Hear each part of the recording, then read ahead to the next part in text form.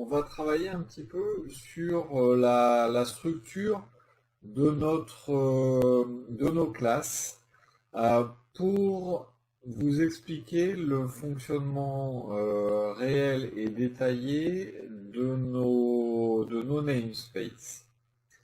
On va imaginer qu'on a deux outils qui nous servent, donc deux classes qui nous servent au niveau de notre projet, qui s'appellent toutes les deux compte.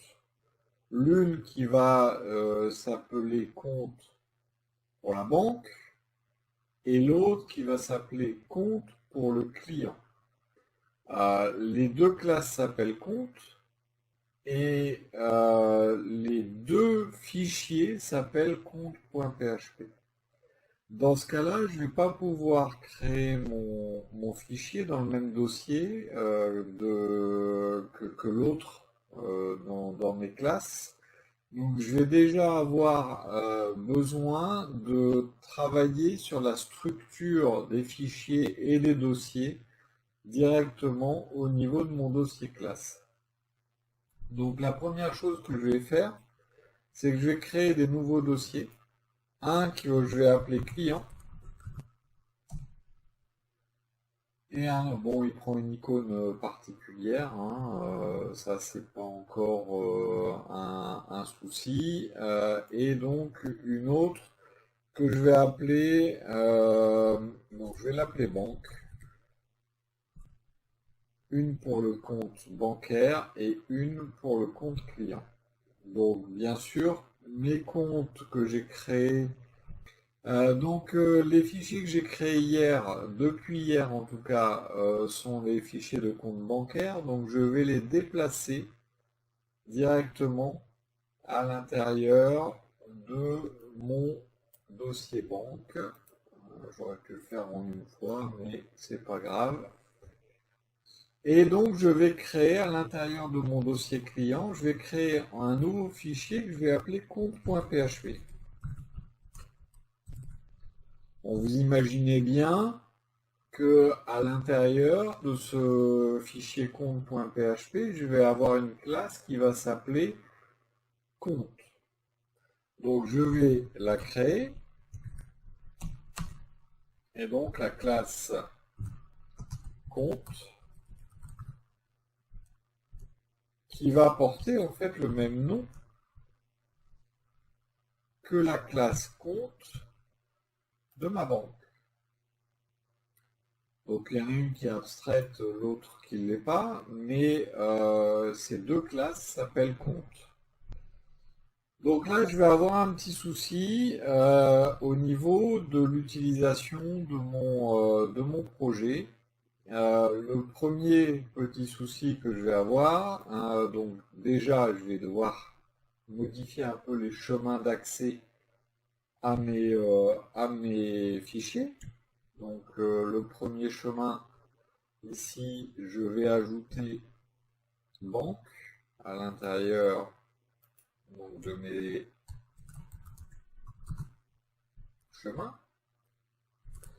Et je vais devoir également, si je le souhaite, require once charger, donc dans classe,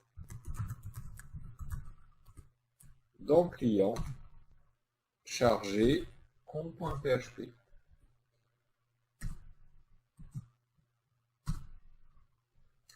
À partir de là, je vais potentiellement avoir des problèmes. C'est que vous ne pouvez pas être certain ou certaine, lorsque vous allez créer une classe que vous allez partager sur Internet ou que vous allez mettre sur un Git ou autre, vous ne pouvez pas avoir la certitude que ce nom de classe est unique dans le monde.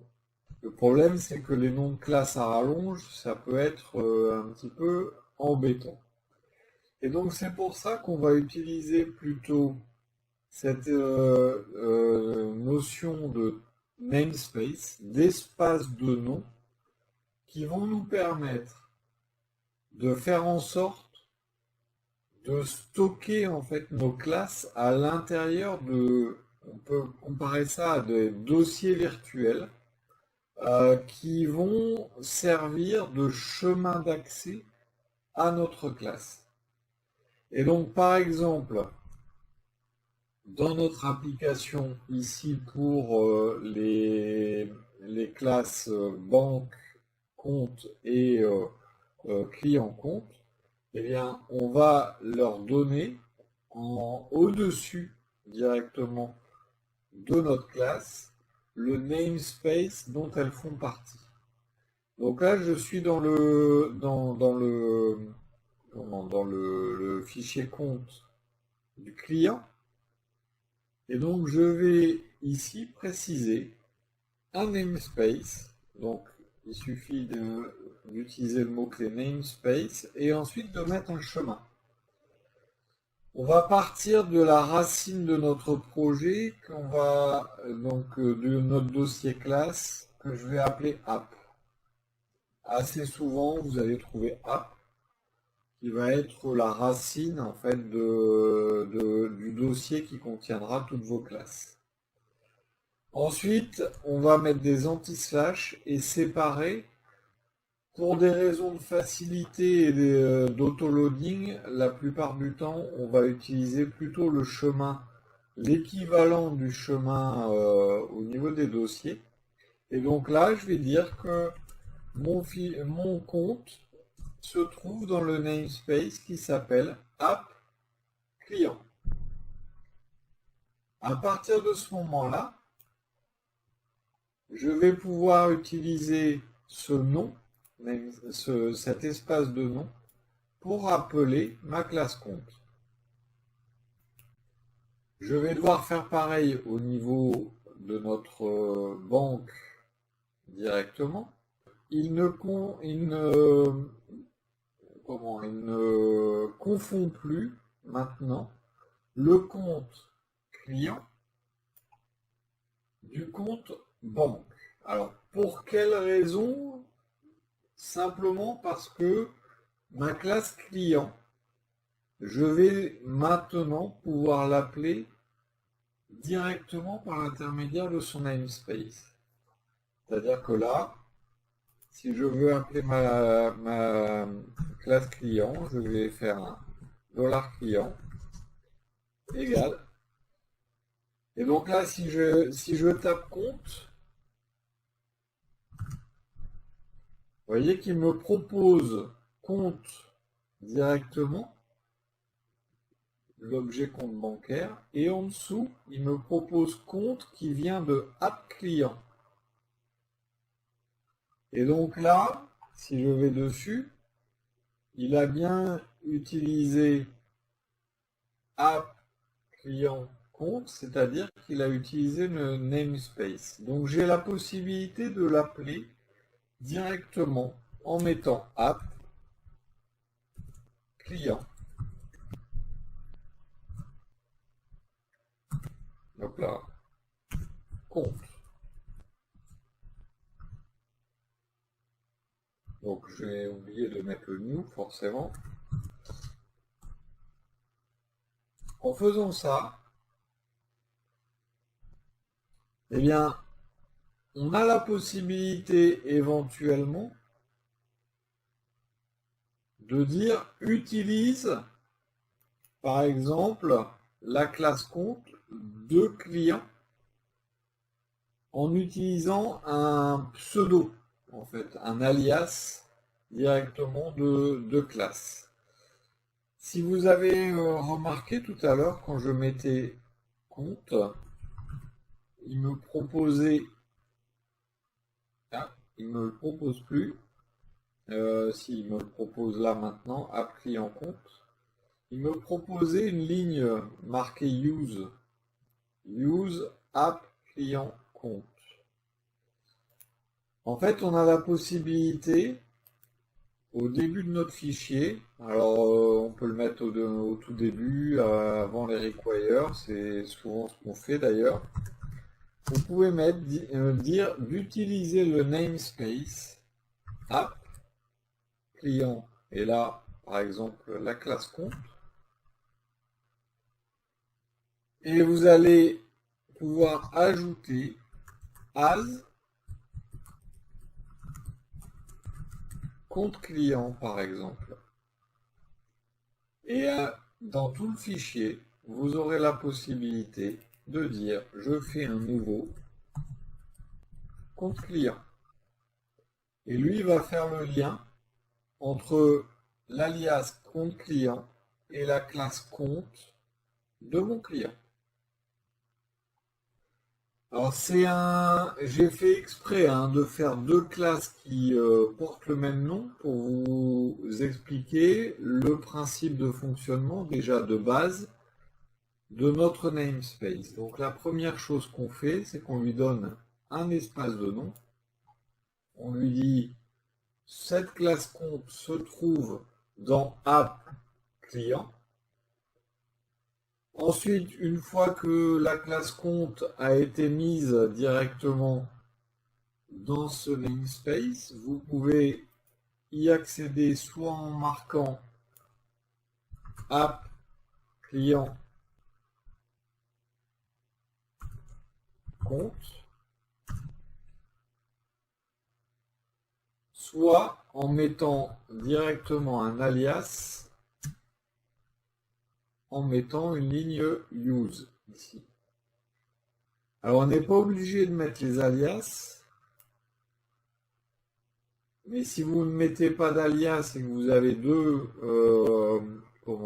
méthodes, enfin pas deux méthodes, deux objets qui ont le même nom, et bien dans ce cas-là, vous allez avoir de nouveau un conflit puisqu'il va chercher compte, mais il ne saura pas lequel. Alors bien sûr, tout ça, il faut le faire systématiquement également dans tous les autres fichiers. Donc par exemple, ma classe compte de banque, il va falloir que je lui mette en haut un namespace qui sera app banque et c'est tout, puisque là, je suis dans app banque et ses comptes. Là, ça va me poser un nouveau problème. C'est-à-dire que là, j'ai le namespace AppBank et j'ai la classe compte. Si je vais dans le compte courant, il ne trouve plus ma classe compte. Pour quelle raison? Simplement parce que mon compte bancaire, donc le compte, est dans un namespace différent. Donc soit je dois préciser ici AppBank compte, et donc là, ça retombe en marche sans problème. Soit, étant donné qu'ils sont dans le même namespace, tous les deux, je les mets dans le même namespace. AppBank.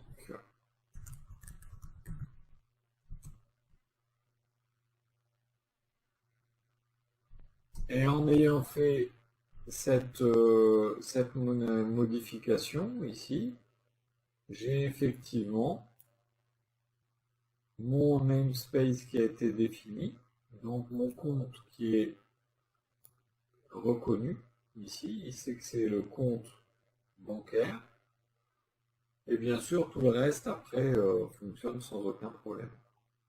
Et je vais devoir faire la même chose avec le compte épargne, lui mettre un namespace qui sera app. Bon.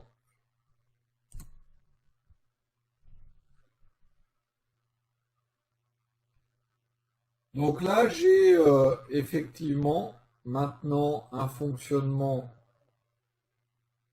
quasi normal. La seule différence, c'est que ce que j'ai fait,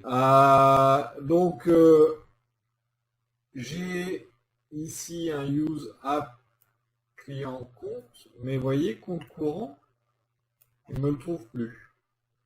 Il y a encore une fois, de la même façon, c'est parce que je n'ai pas encore ici demandé à utiliser le namespace de mon compte courant et de mon compte épargne. Donc là, j'ai la possibilité de mettre mon use app banque. Puis, donc là, je dois utiliser compte courant et compte épargne. Donc, je vais mettre le compte courant.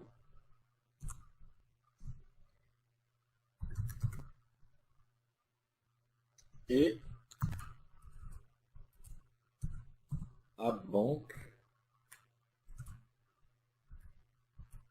compte épargne. Donc là, j'ai chargé mon compte courant et mon compte épargne. Alors là, j'aurais pu très bien ne pas mettre d'alias tout à l'heure parce que je ne peux pas instancier ma classe compte. Donc à partir du moment où je ne peux pas instancier ma classe compte, je ne charge que le compte du client. Donc j'aurais pu ne pas le réinstancier. Au niveau de mon compte client, j'ai mis un alias, j'étais pas obligé. Et là, donc, vous pouvez remarquer que je vais avoir deux fois, donc deux comptes sur lesquels, enfin je vais y arriver, deux classes dans le même namespace. Et donc là, j'ai la possibilité, si je le souhaite, de simplifier légèrement en rassemblant les deux, les deux objets à l'intérieur d'une série d'accolades. Donc par exemple, je peux dire utilise compte courant et compte épargne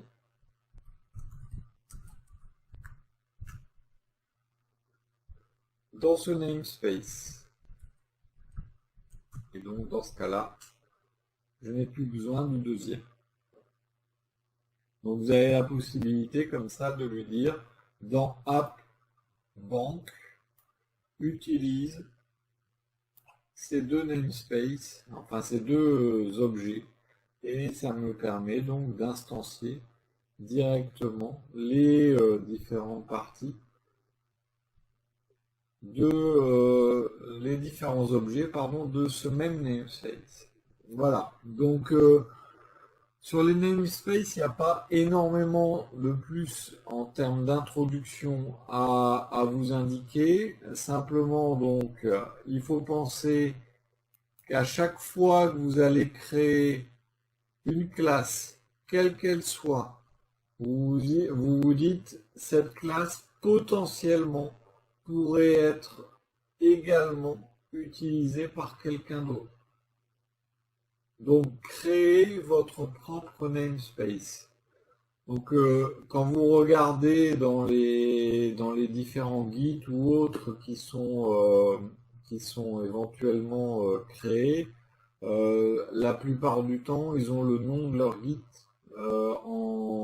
en première place au niveau du namespace. De cette façon, ils sont sûrs de ne pas avoir un conflit avec une autre classe. Là, je vais utiliser app pour dire que c'est notre application. Donc, app banque pour le compte bancaire, app client pour le compte client. Et ensuite, sur le fonctionnement, ça va être exactement le même principe. C'est-à-dire que vous allez pouvoir utiliser les différentes propriétés, par exemple private $non,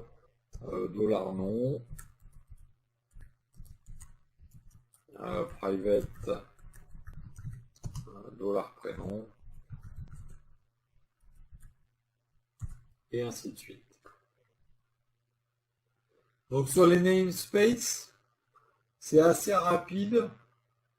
On voit ça comme des dossiers virtuels et le principe en fait que j'ai mis en place et que je vous décris là, c'est pas le seul qui est utilisé, mais on a utilisé donc app pour la racine qui sera notre dossier classe et ensuite on a le dossier client qui est équivalent à un dossier existant. Et on a banque qui est équivalent à un dossier existant également. Donc sur les namespaces, espace de nom, dossier virtuel, on pourrait imaginer. Et donc ce sont les différents éléments qui vont nous permettre de classer en fait les différentes classes qu'on va utiliser et de les séparer surtout pour avoir, au cas où elles aient le même nom, pour éviter les conflits. Maintenant, vous remarquez, j'ai chargé 4 fichiers avec 4 requires parce que j'ai 4 classes. Imaginez si vous avez 20 classes, vous avez 20 requires. Donc ça peut être quelque chose qui est relativement compliqué. J'ai vu les namespaces juste avant parce que 1, c'est un point qui va relativement vite et 2, parce que je vais m'en servir pour l'autoloading, pour le chargement automatique de mes classes. Donc la première chose que je vais faire dans mon dossier classe, je vais créer un nouveau fichier qui sera une nouvelle classe que je vais appeler. On peut l'appeler autoload, je vais l'appeler autoloader.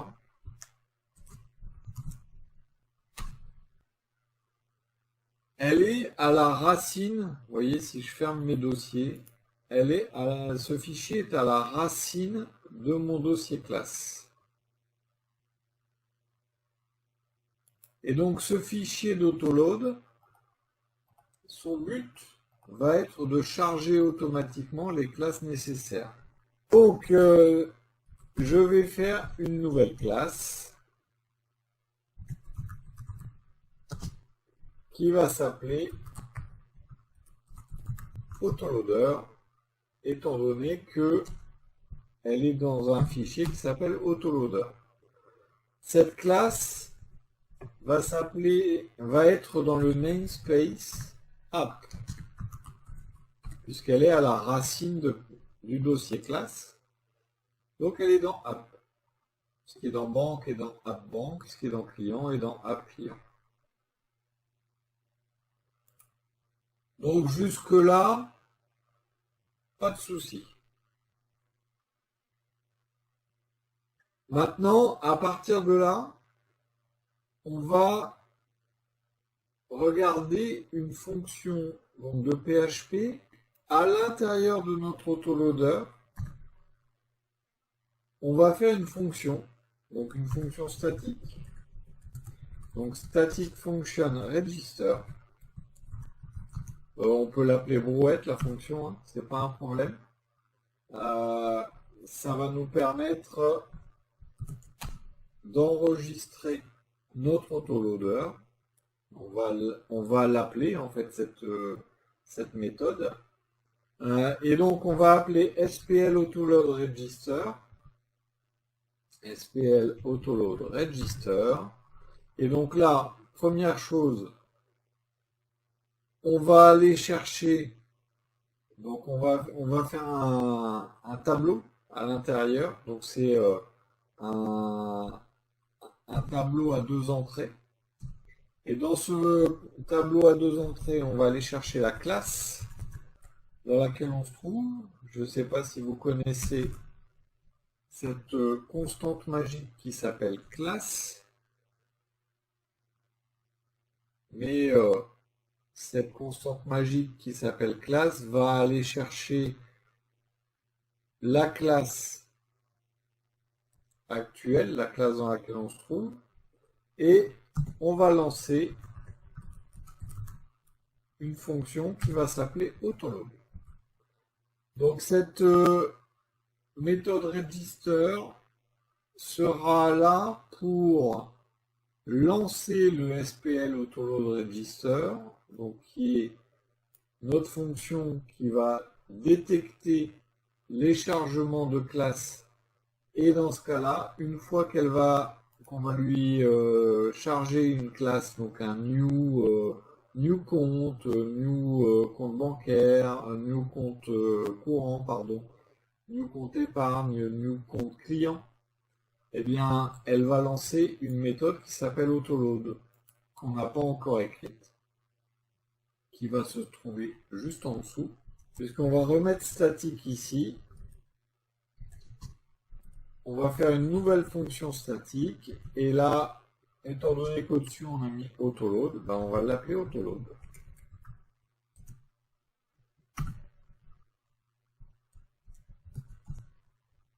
Donc si ici j'avais mis brouette, là je mettrais brouette.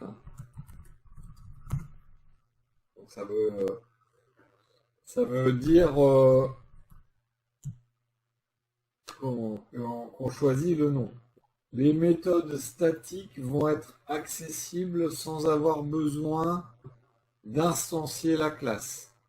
C'est-à-dire que mon register, je vais pouvoir l'appeler en faisant autoloader register, qui va nous permettre donc de ne pas instancier notre classe et directement d'appeler le register.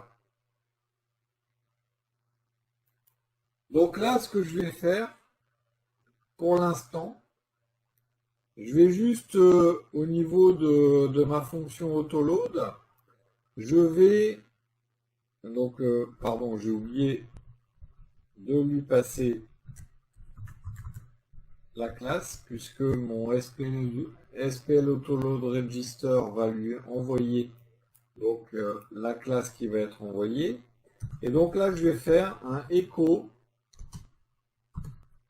de $class.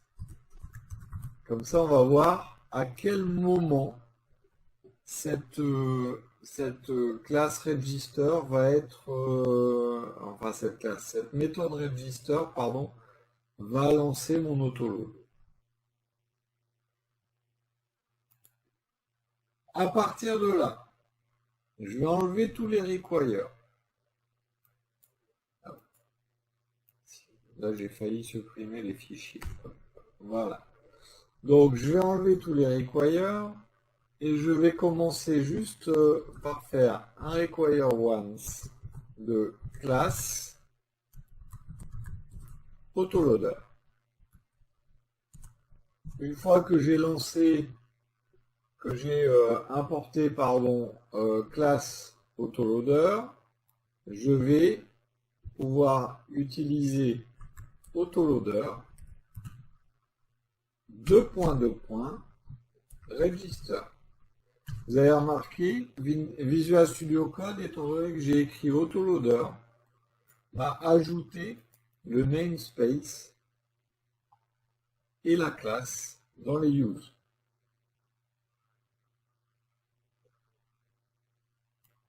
À partir de là, ce que je vais faire, je vais juste faire un new compte courant.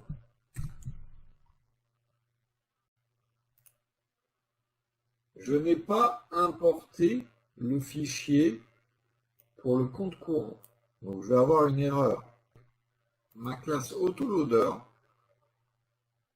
le register a détecté que j'avais une classe inconnue qui s'appelle compte courant et il a lancé autoload en mettant dans classe le chemin complet vers ma classe, en l'occurrence là, compte courant. Donc si j'avais fait compte 2 new compte client par exemple, alors là il n'y a rien à passer dans les, hop là, il n'y a rien à passer dans les parenthèses, un peu trop vite. Voilà. Rien qu'en ayant mis le SPL Autoload Register, je vais avoir un chargement automatique de ma fonction Autoload à chaque fois qu'on fera un new sur une classe. Si cette classe n'est pas connue au niveau du fichier, des chargements de fichiers, eh bien, il va me lancer cette fonction autoload. Et là, pour l'instant, j'ai juste fait un echo. Vous remarquez dans $class, j'ai la totalité du namespace. Donc j'ai app, client, compte. Donc j'ai app, banque, compte épargne. Donc là, j'ai vraiment la totalité du namespace. Donc il va falloir, à ce niveau-là, on récupère dans classe la totalité du namespace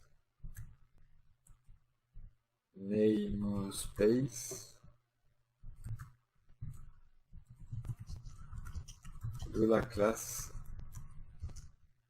concernée. Ah.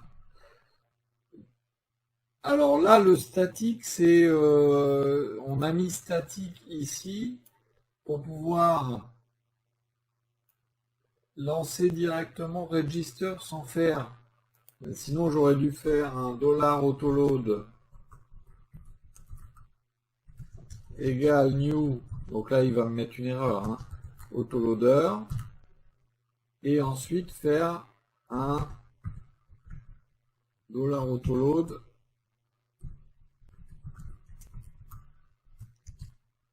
flash register. J'aurais dû faire comme ça. Donc il me manque un point virgule là. Hop là. J'aurais dû faire comme ça. Donc 2 lignes au lieu d'une.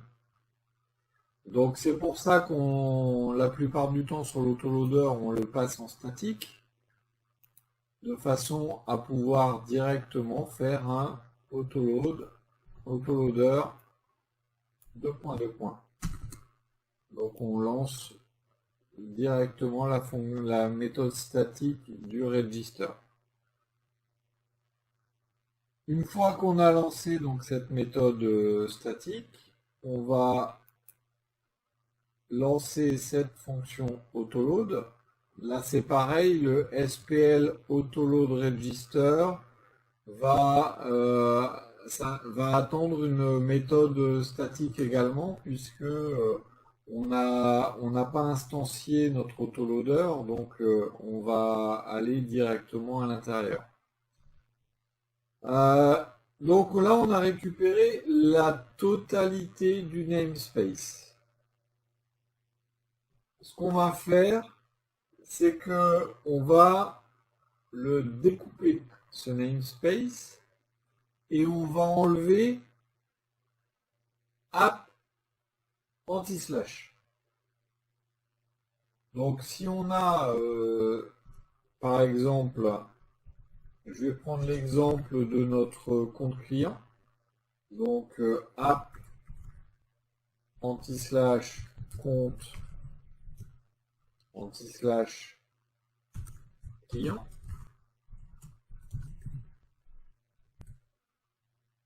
Ce qu'on va vouloir faire, c'est retirer le app déjà. Pourquoi? Simplement pour réussir à la fin à avoir juste compte, c'est client compte, pardon. Client compte. Pour réussir à la fin à avoir le chemin d'accès à nos fichiers. Donc on va enlever app. Ensuite, on va retourner l'anti-slash en un slash. Et à la fin, on va ajouter .php. Et on aura client/compte.php qui sera le chemin d'accès à notre fichier. Donc on va faire ces différentes étapes. Donc la première chose,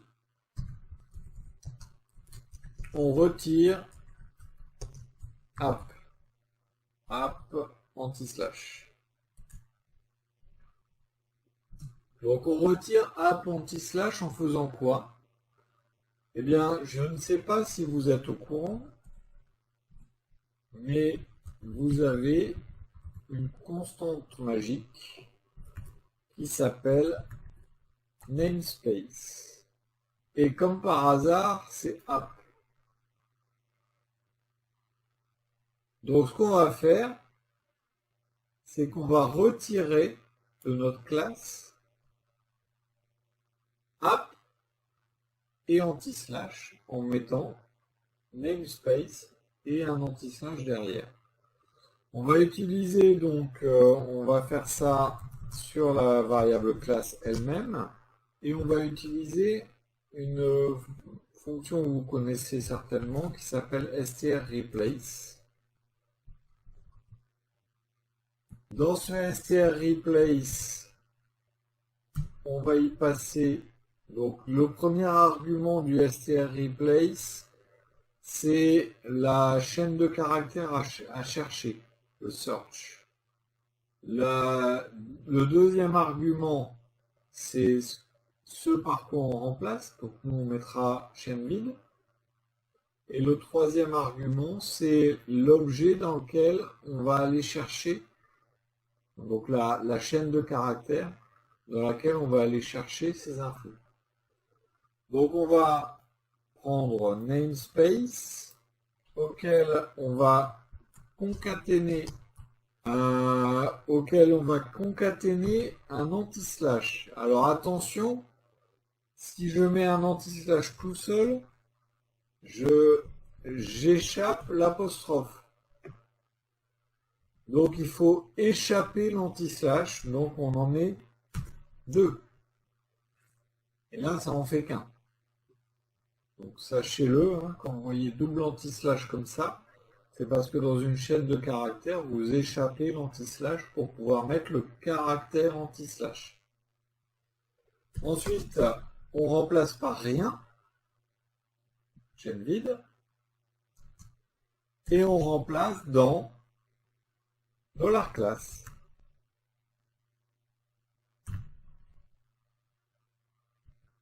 Et donc là, si je fais un écho de $class, je vais retrouver client slash compte, pas anti-slash compte. C'est bien compte client que j'ai mis? Oui, compte client. Deuxième étape, on remplace les anti-slash par des slash. Donc on fait tourner directement. Donc là maintenant on va avoir ici compte. Je mets les exemples à chaque fois comme ça. Je me fais à chaque fois voir. C'est compte client. Donc client compte. Donc maintenant ce qu'on va faire, on remplace les anti-slash par des slash. Donc ça c'est pour écrire le chemin d'accès à nos fichiers. Donc de classe, par où il doit passer pour aller les chercher. Donc là c'est pareil, on va refaire un strReplace.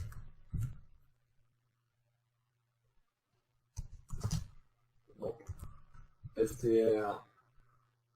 strReplace. je vais mettre, je recherche donc anti-slash, je le mets deux fois, encore une fois, hein, c'est le même principe. Et je remplace, cette fois-ci pas par rien, mais par slash. Dans quoi? Dans $class. Je vous le disais tout à l'heure, on a retravaillé la structure de nos dossiers et on a mis le namespace exprès dans la même logique, justement pour nous faciliter l'autoloading et faire en sorte qu'on puisse facilement retrouver le chemin d'accès à nos différentes classes. Et donc aller chercher le fichier PHP correspondant. Une fois qu'on a remplacé les anti-slash par des slash, on va charger le fichier correspondant. Donc normalement, on ne doit pas le charger tout de suite, hein, on va faire une petite modification après. Mais donc là, ce qu'on va faire, c'est qu'on va faire un require. Alors require once, par exemple. Là, on va utiliser une autre constante magique qui s'appelle dir, c'est-à-dire le dossier dans lequel se trouve notre autoloader, auquel on va concaténer un slash, auquel on va concaténer, alors je ne vais pas faire un require, je vais faire un echo d'abord. Comme ça, on va le voir. Auquel on va concaténer ce qui nous reste dans notre $class, auquel on va concaténer, non, j'ai encore pas dit OK, voilà, .php. Alors celle-là, elle n'est pas toujours facile. Je vais le faire. Donc on va faire un require once de notre fichier. J'ai enlevé plein de choses. Donc là je vais commenter ça. Je vais refaire un compte 1. Je vais faire le var dump. Et ça fonctionne, c'est-à-dire que notre autoloader est allé chercher notre compte courant, notre classe compte courant, là où il est censé la trouver. Alors attention, là, tel qu'on l'a fait, ça va pas forcément bien fonctionner. C'est-à-dire que, imaginons qu'on se trompe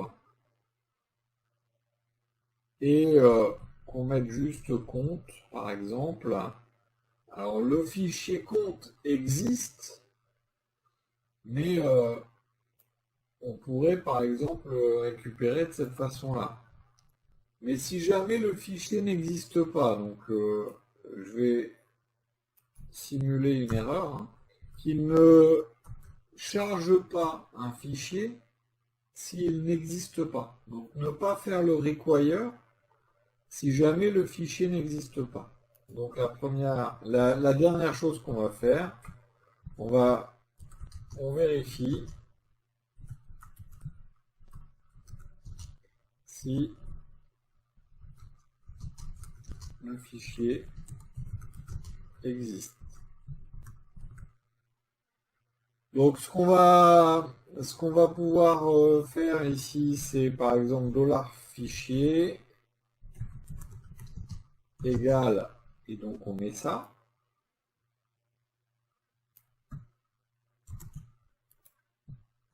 On met le chemin, hein, comme ça on l'a. Ensuite, on vérifie avec un if. If, donc c'est file existe. de leur fichier.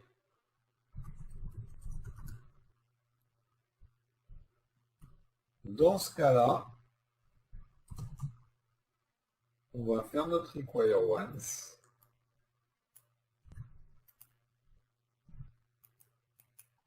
De $fichier. Et tiens, je vais mettre un S là. Ça ne provoque pas d'erreur de chargement sur mon require once ici. Il me dit juste que la classe que j'ai utilisée n'existe pas. Donc voilà le schéma général de notre autoloader. Là donc notre autoloader c'est une classe. Alors il y en a qui font un fichier autoload.php, il y en a qui vont juste mettre le SPL autoregister directement dans leur fichier index. Ça peut marcher aussi, hein. Mais donc là, en utilisant une classe, on reste vraiment en programmation orientée objet et on a la possibilité en plus de pouvoir parler de la méthode statique. On peut donc parler de la méthode statique directement. On peut également donc forcément parler du SPL autoload register. On a en plus nos 3 constantes magiques dont on n'avait pas encore parlé. Donc ces constantes magiques, alors pourquoi elles sont magiques? Simplement parce qu'elles sont auto-générées hein, sur le principe. Hein. Underscore class va contenir la classe qu'on cherche à charger. Namespace, le namespace actuel dans laquelle on se trouve. Dire c'est le dossier dans lequel se trouve le fichier autoloader, donc c'est classe. Donc on a vraiment la possibilité avec ces différentes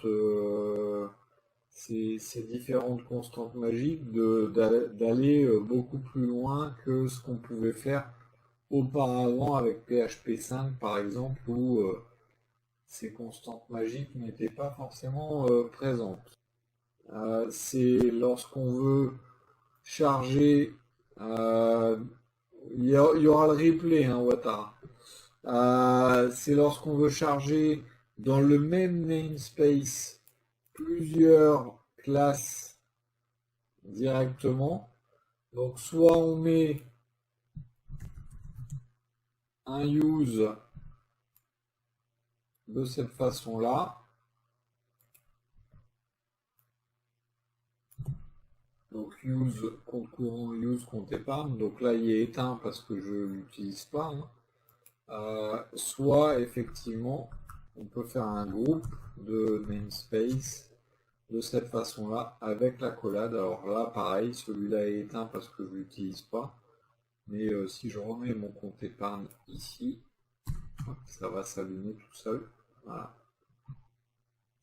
Et donc là avec notre autoloader, dès que je fais un new, il va me charger le fichier correspondant. Je vais remettre le vardump de mon compte épargne qui était là, celui-là. Bien, quand je vais être par exemple dans compte courant, il est en compte. Il est dans le même namespace, donc à ce moment-là, mon autoloader va automatiquement aller chercher également le fichier correspondant au compte.